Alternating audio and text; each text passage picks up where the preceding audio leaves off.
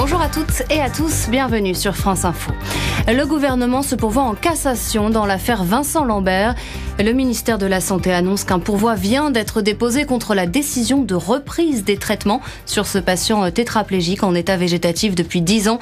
Il y a une dizaine de jours, la Cour d'appel de Paris a ordonné qu'il soit à nouveau alimenté et hydraté. Ces traitements qui avaient été arrêtés le matin même contre l'avis des parents.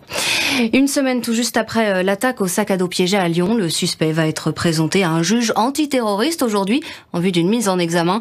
Cet homme de 24 ans se revendique de l'organisation État islamique. Il a reconnu avoir fabriqué l'explosif. 14 personnes blessées par l'explosion. Y aura-t-il bientôt un nouveau groupe à l'Assemblée nationale? C'est une information France Info. Une vingtaine de députés Les Républicains envisagent de le créer dès la semaine prochaine. Ça fait suite à la déroute de leur parti aux élections européennes.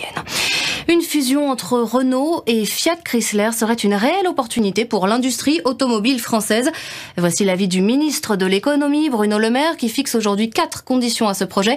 D'abord, le respect de l'alliance Renault-Nissan. Ensuite, la préservation des emplois et des sites industriels.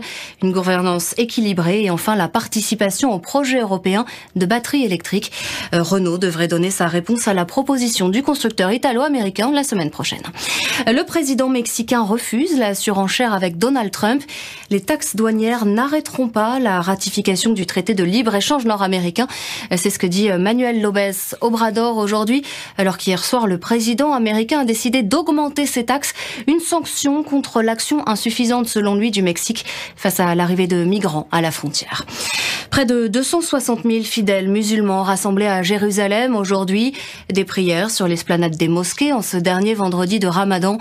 Une journée marquée par des violences. Un Palestinien abattu ce matin après avoir blessé 2 Israéliens à coups de couteau. Et près de Bethléem en Cisjordanie, des soldats israéliens ont tiré. Ils ont tué un adolescent palestinien qui tentait de franchir une barrière.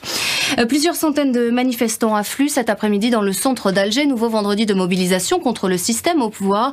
De nombreuses arrestations par la police ce matin aux abords de la Grande Poste, le bâtiment devenu point de ralliement de la contestation algérienne.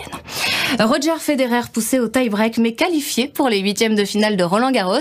Qualification aussi tout à l'heure de Benoît Paire. C'est une première pour le joueur de tennis français.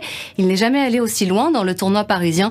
Le jeune Corentin Moutet joue en ce moment 1-7 partout pour l'instant face à l'Argentin Juan Ignacio Londero.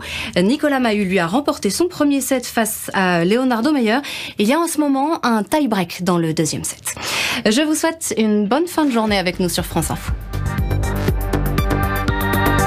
Merci Lauriane. Le 17h-20h se poursuit avec